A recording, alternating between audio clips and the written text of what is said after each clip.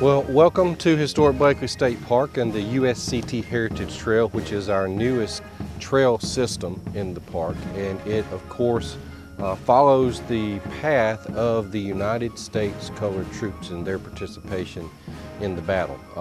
The USCT, that's what USCT stands for, United States Colored Troops. That's what they were called at the time. These were mostly former slaves who had volunteered to fight in federal service. Most of the ones who were here were enrolled in Louisiana and Missouri. Now, a lot of them probably came from Mississippi as well, because a lot were enrolled in Vicksburg in 1863. But they were organized into distinct units. Now, they were placed under white commanders, but they were organized in distinct units, and they served several places before getting to Blakely, but Blakely was where they overwhelmingly saw their first or largest combat of the war. And so their presence here, the USCT units that were here, there were 9 regiments of them here, their presence ranks as one of the largest concentrations of African American soldiers to fight in any Civil War battle. Not the largest, but among the largest, maybe second or third largest. So it's a pretty significant event. The USCT as an organized unit dates its beginnings back to all the way to 1862. You know, the war started in 1861. They were already getting volunteers, African Americans, slaves, former slaves who had been freed in Union-controlled areas that were volunteering for federal service. It took a while before the United States officially organized their enrollment. But they did that in certain areas in 1862. But after the Emancipation Proclamation went into effect, January of 1863, that's when they formally organized a branch of the Army to accept these guys into the United States infantry ranks. And they ultimately recruited infantry and guys to serve in the Navy. And ultimately there were hundreds of thousands of African Americans that served the United States military during the Civil War. By 1865, the active duty United States Colored Troops in the Federal Army reached over 100,000 members. So you're talking about, in total, you're talking about 10% of the entire Federal Army to fight the Civil War was comprised of African American soldiers. A lot of people don't realize that's a pretty big number. The reason that they're probably not as prominently figured into our histories of certain battles is that, frankly, they weren't allowed to fight in a lot of these large battles. They organized the troops and they used them as engineers to dig trenches and to construct bridges and to ferry supplies. And they did get put into action certain battles and pretty pitched battles, but that was the last of their iteration. They first wanted to use them as anything but combat troops.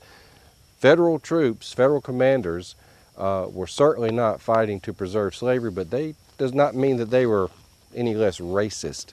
There was a great concern among the Union leadership that these former slaves, who had never seen any sort of military discipline, most had not been very familiar with firearms, had never been organized into these sort of units. There was a great concern that they probably wouldn't fight well. They assumed, sort of, it's a racist assumption, but they assumed that these guys couldn't possibly go through an organized fashion and fight a battle the way our well-trained white soldiers would. So that was a prevailing attitude. Now, of course, circumstances showed them otherwise, and notably in places like Louisiana, at Port Hudson and Milliken's Bend, in Nashville, and here at Blakely. And so this was one of those turning points. And a lot of the guys who end up writing accounts of the battle here, and I should mention that we've got a lot of accounts of the battle, more than you might think. You got 20,000 troops that were fighting here all told, between the 16,000 Federals and the 3,500 Confederates.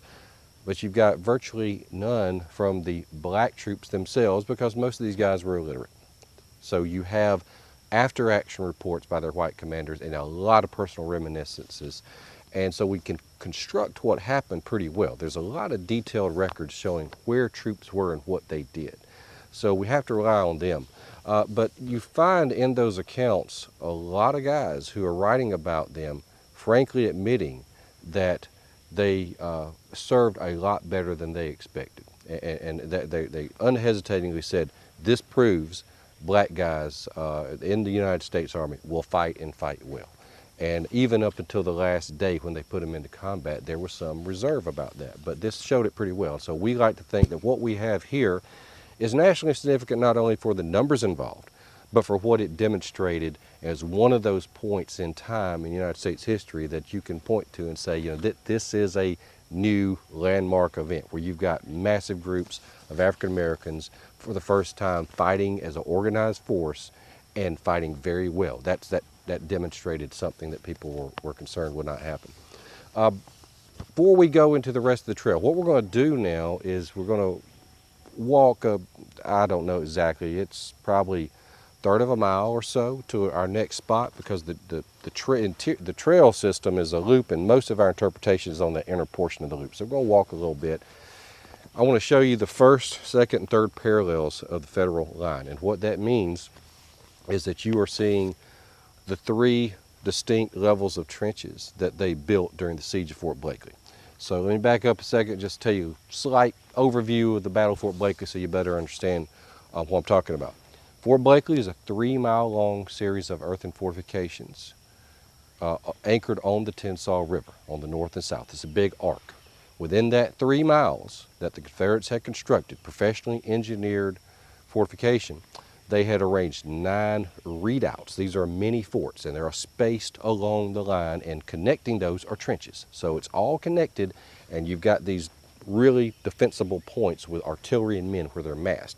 So most of the Federal troops, when they arrive, they're targeting one of those major fortifications. So, but the Battle of Fort Blakely ends up being sort of 9 mini battles in a way, because they're focusing less on the earthworks between, but more on those mini forts. And the Federals that arrived here, over 16,000 of them, were part of a massive 45,000-man force sent to capture Mobile. It's the last major operation in the war, and it led to the surrender of the last Confederate-held city, major city in the South, which was the city of Mobile. It's the last one to fall. It fell after Richmond, after New Orleans, after Atlanta, after Nashville. It did not fall until April 12th, 1865. And the reason it fell was because of what happened here, what happened at Blakely. So why is Blakely on the opposite side of the Delta defending Mobile? The reason is relatively simple. You know how the Delta waters flow, how the rivers come together. If you got into the Tensas, you could go up into central Alabama and potentially even bypass Mobile, or certainly navigate your way to come down on it through its unprotected northern side. It was very thoroughly well defended from all other points of approach. But if you could isolate it, get into the waterways, with a relatively small force behind you, you could go up into interior Alabama and destroy what was left of the Confederate manufacturing complex up at Selma, capture the first capital of the Confederacy in Montgomery, and so on. And that's what they hoped to do. But the Federals who arrived here did not want to leave a city behind them in Confederate hands. They wanted to go ahead and capture Mobile and then move on. So to do that, they've got to deal with the fortifications at Blakely, and that's what led to the siege here. It began April 1st, 1865. It carried on through over a week, and what they would do is every day they develop earthworks, and then they are working constantly, mostly at night, trying to develop a line of earthworks a little closer and a little closer. So you end up with 3 lines of earthworks, and you'll see portions of all 3, and they are progressively closer to the Confederate line, which is just 700 yards or so out this way. So they started out at a certain distance, and then they got ultimately to within about 300 or 400 yards. So that's what we'll see today, and we'll see some of the earthworks that they constructed, and tell you about a few key points in USCT participation in the battle here, and some of their goals, their objectives, and some of their stories along the way. All right. Real quick, the map that I've given you a copy of, just to reference where you are. We've got a circle drawn around where we are here. We're on the very northern part of the Confederate line and the Union approach trenches. So our guys who are up here are targeting redoubts 1 and 2, and to some degree a little bit of where redoubt 3 lies. So those are the northernmost portions of the line. And you can see it's anchored on the Tensas River. And if you go south, and this is the park proper just to the south of us, you just drove up about a mile up from the park. You get into the park and you've got redoubts 4 through 9. So that's the southern part of the Confederate line. So we're on the northern part. And we're on a tract of land that's owned by the Historic Blakely Foundation. Park is about 2,000 acres. This tract itself is nearly 400, and it is owned by Historic Blakely Foundation, and we've owned it for a number of years, but of course getting the infrastructure to allow public visitation has prevented us from really developing this until recently. We obtained a very generous grant from a local charitable group, Impact 100 of Baldwin County, and combined with their resources, the park's resources, and some money from the foundation, we were able to make this happen. And I will tell you now, this is phase one of what we hope to be a multi-phase project. We are not going to have every bit of the earthworks open today, but we eventually hope to get to that, and we'll hope to add more interpretation as we go.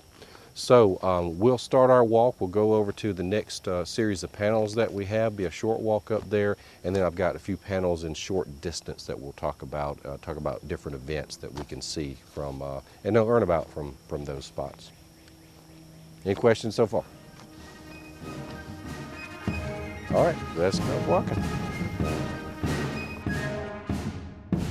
Okay, we are at the first parallel. This is a portion of the first line of trenches that the USCT troops dug once they arrived on the battlefield.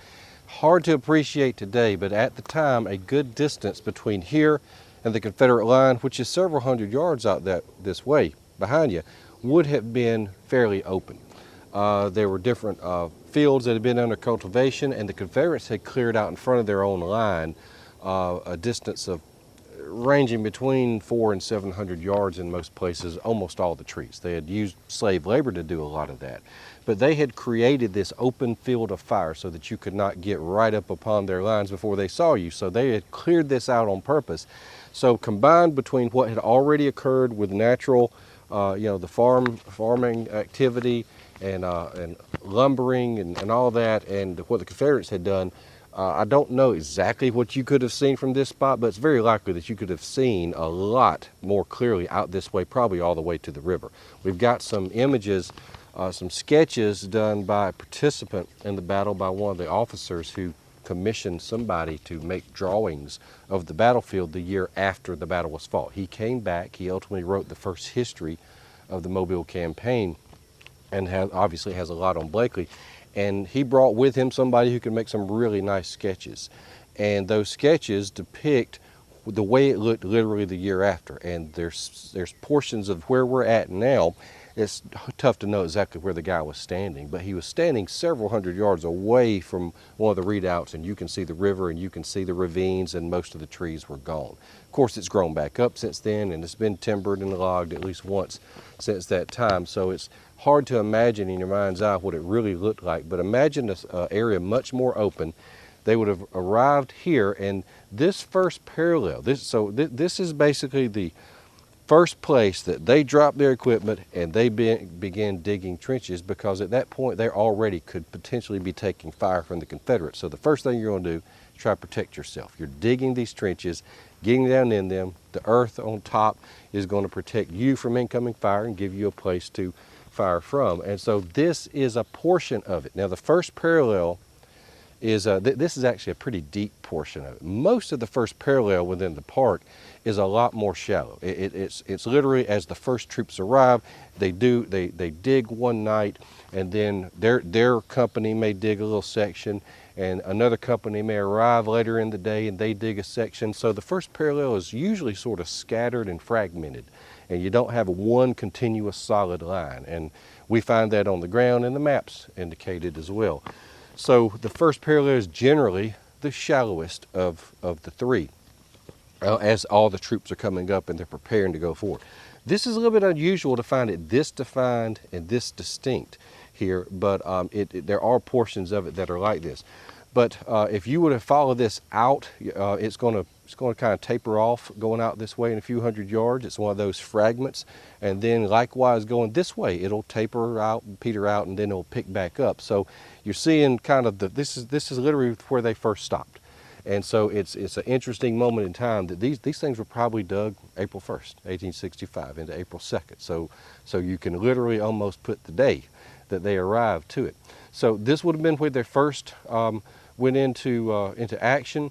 Some of the guys would have been stationed in these. They're obviously all digging, and then the camps would have been located a few hundred yards behind. So it's very near the action, within artillery range certainly, but this is where they first started the assault, or the siege, I should say.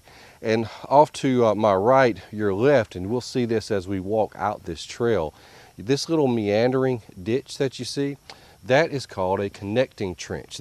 What they did here is that first you arrive, you're exchanging some sniper fire with Confederates. You're a long way out, and your goal is to get as close as possible to either force the Confederates to surrender or to storm it by assault in such a fashion that they can't really resist. So the first thing you've got to do is figure out how to get a line of trenches, very substantial, a little bit closer to the enemy. Now, the one thing that you don't want to do is to try to do that in the middle of the day, to stand up with a shovel. Remember, all this is cleared, you're an easy target. So what they decided to do in most cases was they would try to dig these things at night where the Confederates couldn't see them as well. They might hear them, and the Confederates got wise at that, and what they would end up doing is there are two things to try to slow them down. One, they would fire calcium light shells, like a big mortar that's sort of like a big Roman candle. Fire it up in the air. This thing would go up and flicker, and just for just a few seconds illuminate a little bit of the battlefield, so they could see where these guys specifically were and get their cannon trained in that direction and try to pound them. And it was less to try to literally, maybe they knew they were not going to necessarily hit individuals and all that, but they knew that was going to stop the activity. First thing you do, you see that coming up, and they can see where you are, you're getting into the ground and you're putting down the shovel. So they tried to do that, and they also tried to occasionally launch these little small scale, what they called sorties. This is a few guys, a few dozen, that would leave from the Confederate lines, come out towards the Federals at night, stealthily, where they can hear their digging and activity, and they would try to charge and attack and fire. And it's less this effort to try to literally kill individuals than just try to break up the activity, to make them so wary that at any point in time they may be attacked. And so that happened along these lines a few times. But as you can see from this is a pretty substantial trench. This was their effort to go from redoubt, from the first parallel, to build a second parallel, which we're going to go see in just a moment. It's a long one. It shows the distance that they covered. And you notice it zigzags, and it's literally called, sort of informally, a zigzag trench for that reason. Probably can deduce the reason why. If you're digging, and you're digging towards the enemy, even if they can't see you, eventually they might hear you, and if they find out where you're digging, they can shoot a shot and just like a bowling ball, everybody can get taken out. So what they did is they tried to dig a little bit and keep earth between them and the enemy and go back, and so this thing winds back and forth. So this is a parallel and a connecting trench that was dug very early in the siege. Don't know exactly, but I would say that this is probably stuff that was dug on the night of April 1st, April 2nd, 1865. So you can almost put a timestamp on it by where the parallels popped up. So we're going to go now over to the second parallel. You'll see the rest of this trench across the road, and we'll go to the second line of earthworks, which is a little bit more defined and continuous throughout the park.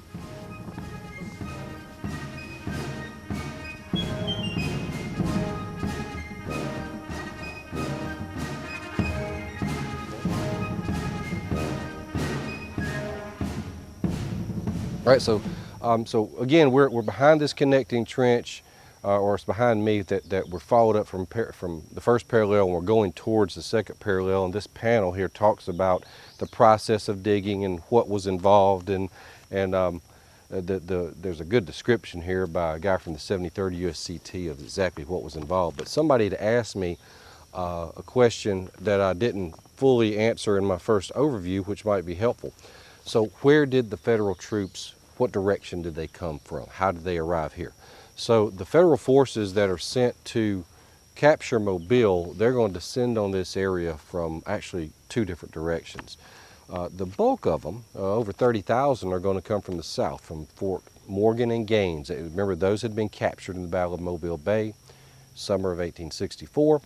Those are held by the Federals, and they're going to use those as launching points. So there are some of the troops that literally marched down the peninsula where Highway 180 is now, and then turned and went up, roughly paralleling what Highway 59 does. And they went through what is now Fairhope and Daphne and on up and besieged Spanish Fort and then arrived here. So that's a good bit of them that are coming from the south, and they're marching. Some were ferried over and landed at Weeks Bay and joined the march there. But anyway, most of them that arrived here to the south are coming from that direction. The other portion, and the guys that were actually fighting here, were in a column commanded by Frederick Steele that left from Pensacola. They actually marched north from Pensacola and swing west. Their goal was to try to throw the Confederates off, to maybe make them send forces to kind of stop them from attacking Montgomery or the railroads or other points, to kind of confuse them. And then they get to a point near the railroad, and then they would turn south and in Baldwin County, turn south and then descend here. So they actually arrived here, the guys who were here, actually from the north, because that big circuitous loop they had taken from Pensacola. But the goal was to bring these forces from the south and from the north and converge here at Blakely and Spanish Fort. So that's how they got here. So they went into the siege. Once they arrived on the ground and they saw where the Confederate fortification was, all the lines that we're seeing are basically mirroring that Confederate arc. And so they're approaching, once they arrive here, they're approaching the Confederates who are at the river.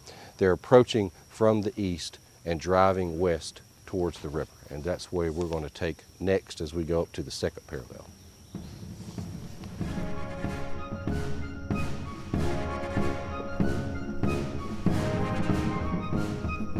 We're going to see the second parallel here. We're going to follow it, and then we're going to go across the bridge, so we're going to stop a little closer to the third. So this is that second one that they built, and remember, this one is going to be very defined and continuous for the entire line, whereas the first parallel was in sections. So we're walking right behind it.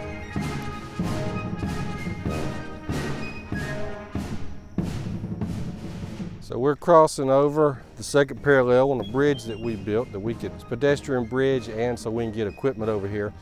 And no earthworks were harmed in the creation of this trail. Actually, what we've done is everything is laying on the railroad ties and positioned on that without actually digging into anything. So we had an innovative way to do that. So that's the second parallel. And what you're going to see now as we go to the third, where we're going to gather up again closer to the third parallel, you're going to see again a connecting trench leading out from the second, and it's going to be on our right is heading up to the third. So they built the one, built the second. The third is the one they're going to launch the assault from.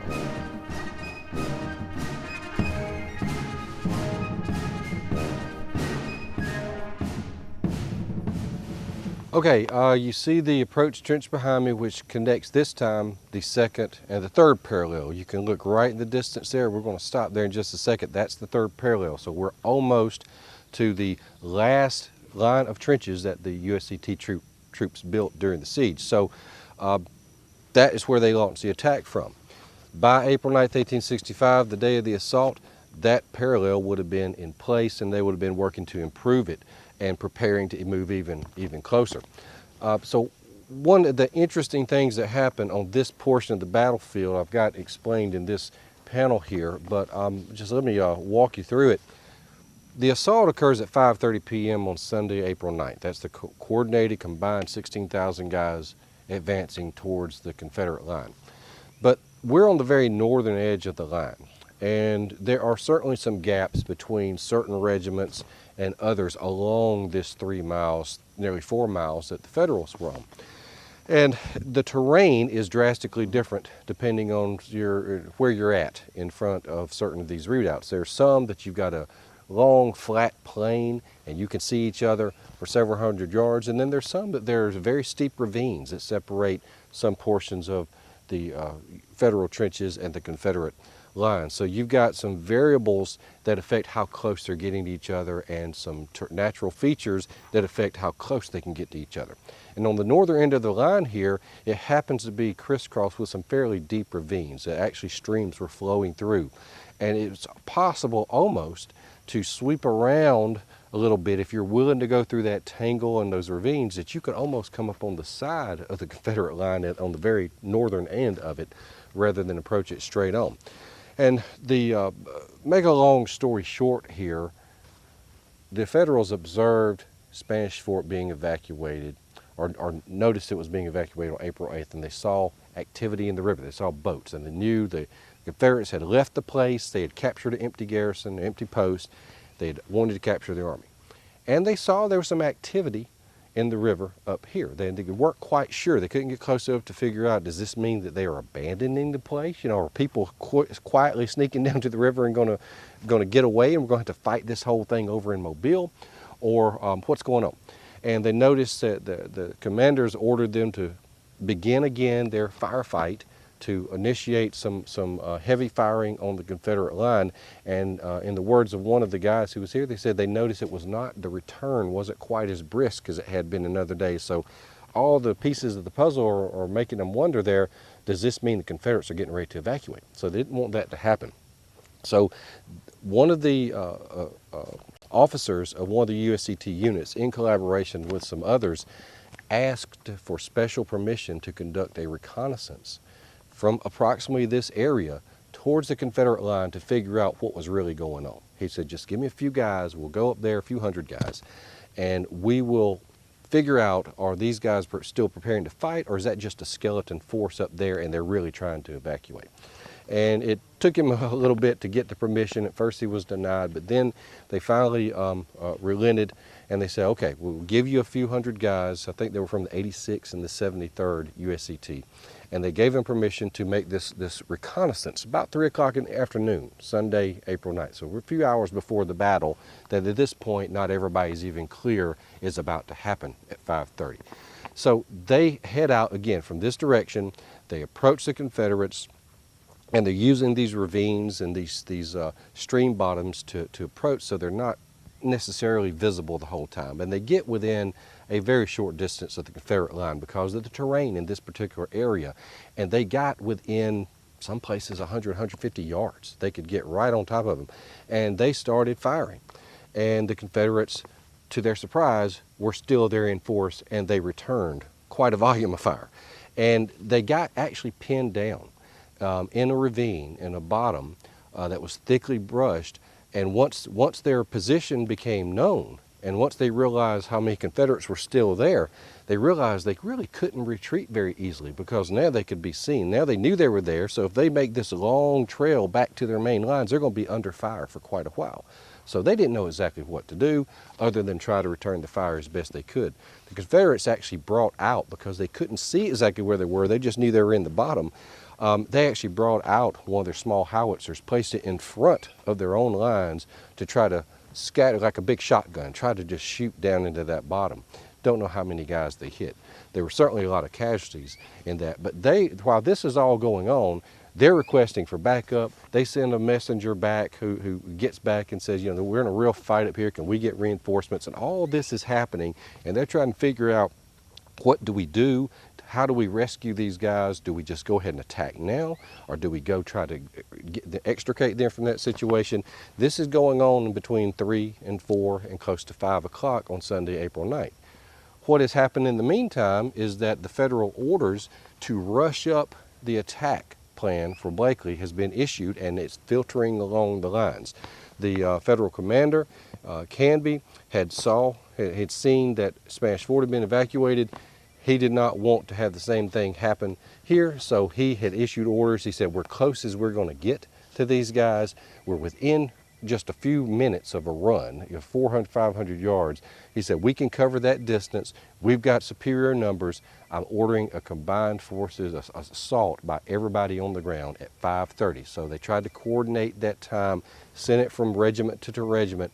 And by the time it arrived to here on the northern end of the line, the USCT troops, they were more concerned about this little firefight that was going on up here between redoubts 1 and 2.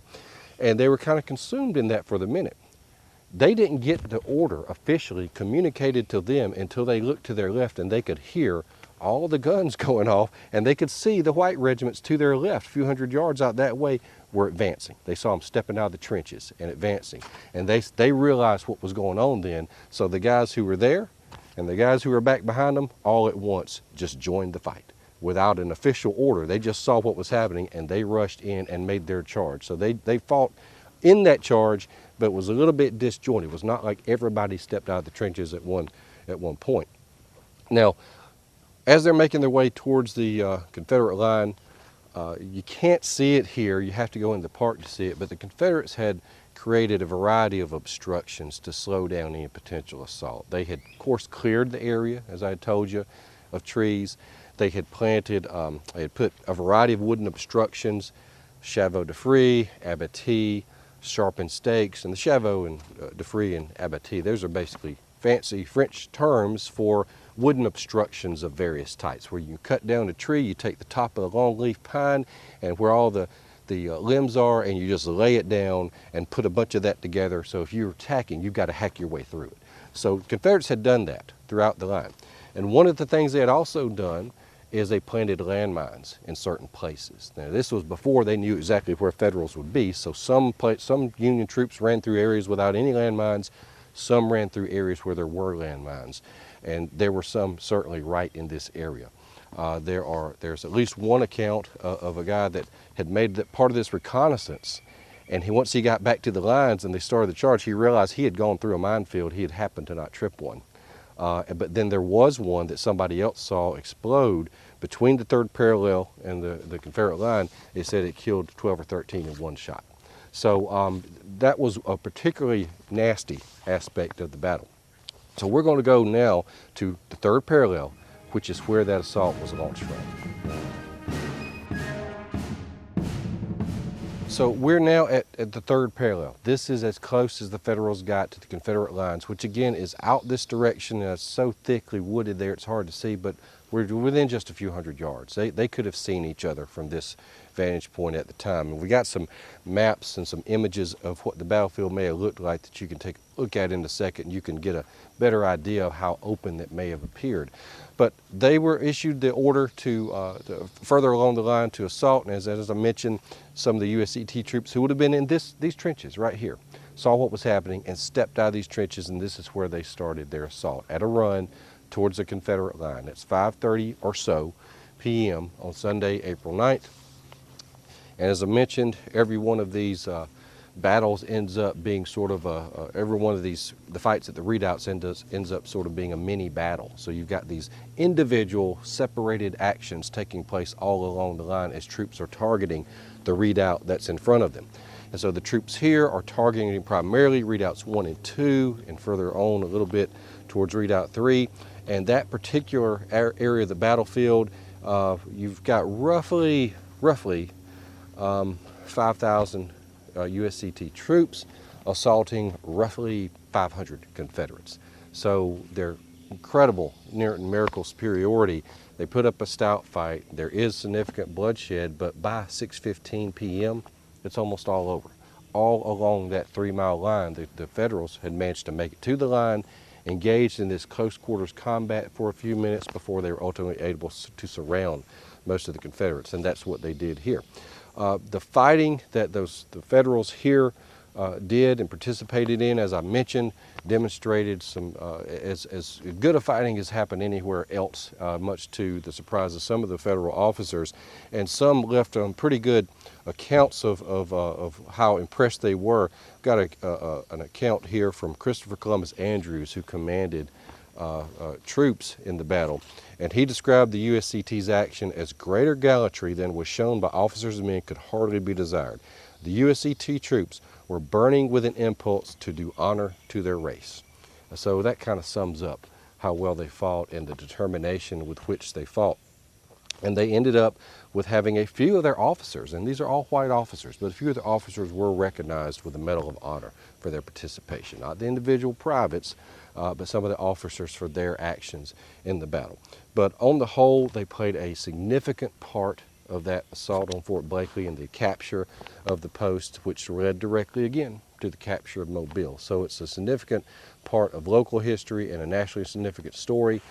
But there is, despite all the great stuff that we can talk about the heroism and the actions of these guys, there is a little bit of a downside that we have to wrestle with some nasty episodes as well. We're going to do that in our next stop.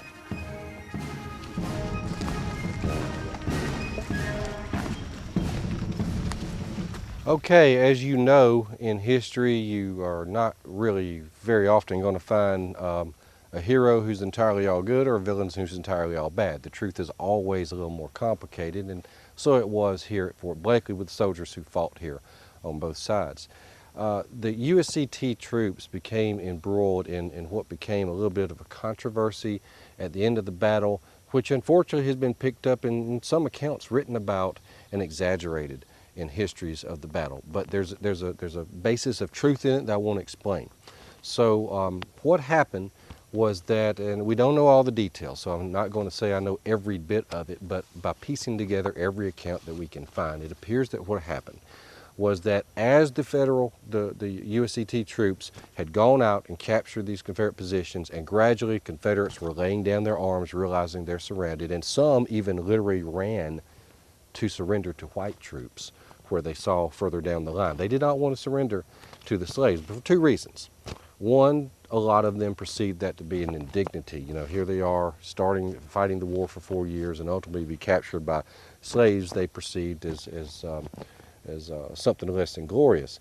But some of them genuinely feared that they might not be treated as prisoners as well as they might with white troops, because they knew these are guys who are mostly slaves, and they knew that they were fighting for a little bit more than just the cause of the Union. And so there was some concern there.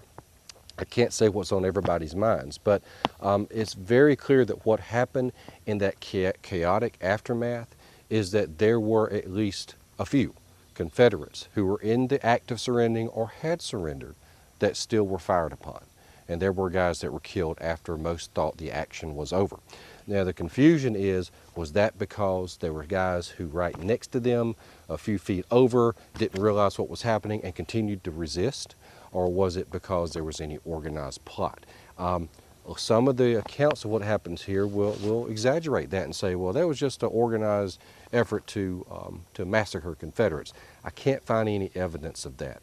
The accounts that we have are that a few were killed, and then the Union officers stepped in, and all I can see is that there were a handful, 2 or 3 guys that they singled out. One shot their own private who was in the act of trying to kill a Confederate who had clearly surrendered.